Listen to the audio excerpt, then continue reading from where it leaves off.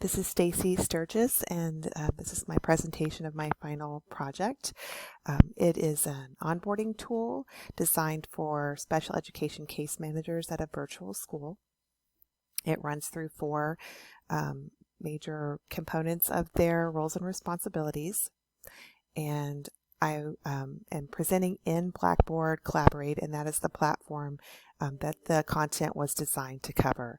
So there are 4 sessions. We'll briefly go through all four and just highlighting some components that are more interactive for learners. So starting with ARD roles and responsibilities, and ARD is an annual meeting where a student's IEP is created. And we start with a Padlet for parking lot questions. So there's a lot of steps. It can be very confusing. To help with the flow of the meeting, I created a Padlet. And so learners would get a link to the Padlet in chat or on the whiteboard, but basically, and I would app share as well, and show them how they can post a question for everybody to see. They can do so anonymously, or they can put their name on it. But this just ensures that we get to everything that learners want to know before we get done. So we'll start with Padlet, and then just a kind of review of everything that the IEP has to have in it, because case managers are drafting the plan before an ARD meeting. A timeline to let them know when they have to do things. And then we talk about data sources.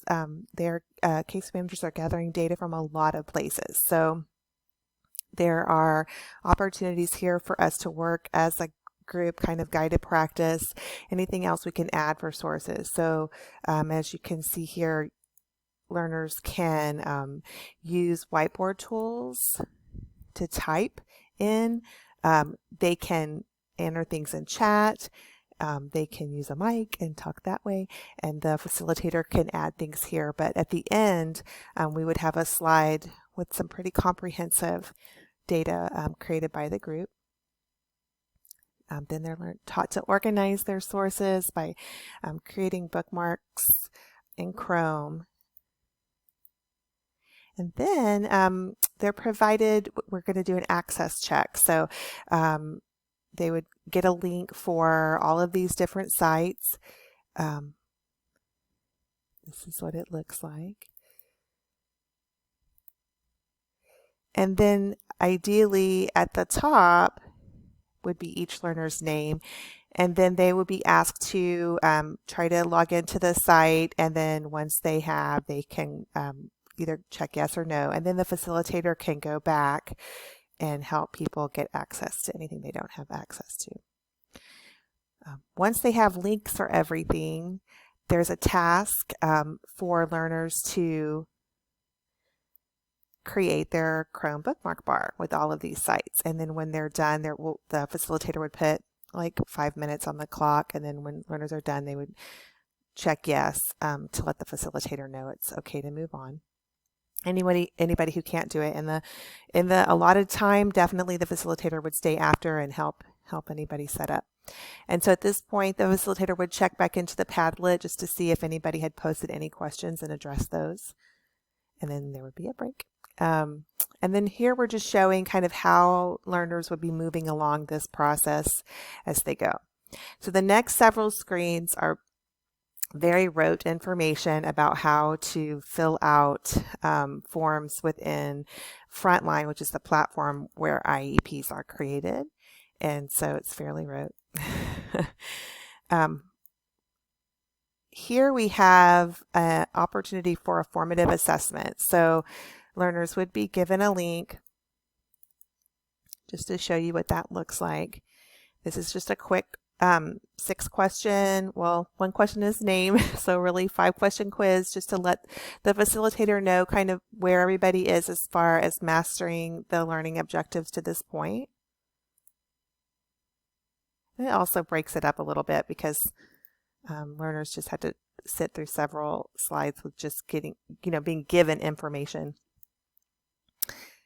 So more of the same, just kind of moving through each of these areas in this platform that need to be filled out in a specific way. So the facilitator is just covering information there, and here they can see where they've gone through the process and how to share things. And then we'll end with one final Padlet check to make sure that we've addressed everything. So that's the first session. Then they're given more explicit direction on how to develop the PLAF. And a PLAF is the present levels of academic and functional performance. So it's basically like a snapshot of how a student is doing.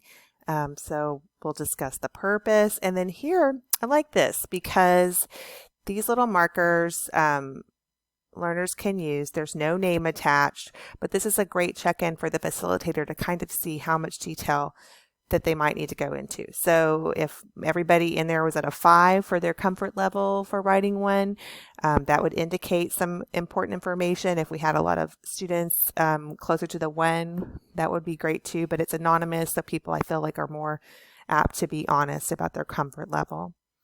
And then we're just covering different parts of the PLAP. Here's another interactive component where students can use the whiteboard tools to enter information here. With this, the facilitator can tell what learner wrote what information, but other learners can tell as well. So it's not anonymous, but it's a good way to do a little bit of a formative assessment and check on who knows what.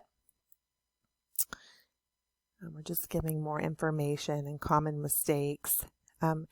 This is a rubric on how to develop a good quality PLAF. And so the facilitator would share that and also share the link for it so that learners could have access to this as they're creating their own documentation.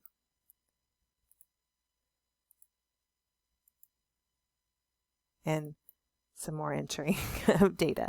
So at this point, we would stop and ask for questions, and that is the end of that much shorter session. Next, case managers will learn to craft quality IEP goals. So that's the academic and functional goals for a student for the year, for the ARD year, and what makes a good goal, and talking about the required components of a good IEP goal.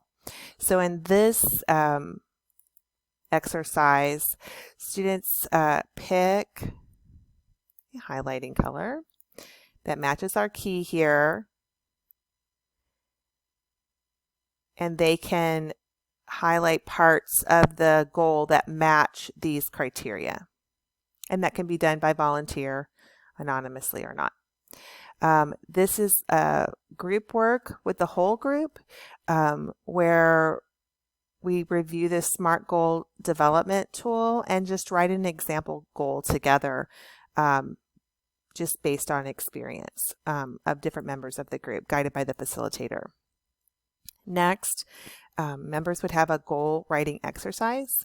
So this slide would be reviewed by the facilitator. It just gives some good information on a student, and groups are meant to construct their goal in this area here. And then they would be moved to breakout rooms, and this slide will be copied to breakout rooms. So they're grouped by the age of students they serve. They're given some amount of time on the clock. They will write these, and then these slides can be moved back to the main room and reviewed as a whole group for sharing. And then in the facilitator notes, there is an example of a well-constructed goal from that information in case the facilitator needs to use that, in case the groups don't get to that standard. And then we're asking for questions, and that's the end of that session. And the final session is student connections. And so we are, as a school, encouraged to reach out to our students clearly in meaningful, reciprocal, and personalized ways. And it just shows case managers what counts as these enduring connections and how to create a tracker to track those connections. And how to log those connections through the platform that we use to take documentation. They're asked if they have any questions, and then that is it. So thank you for your time.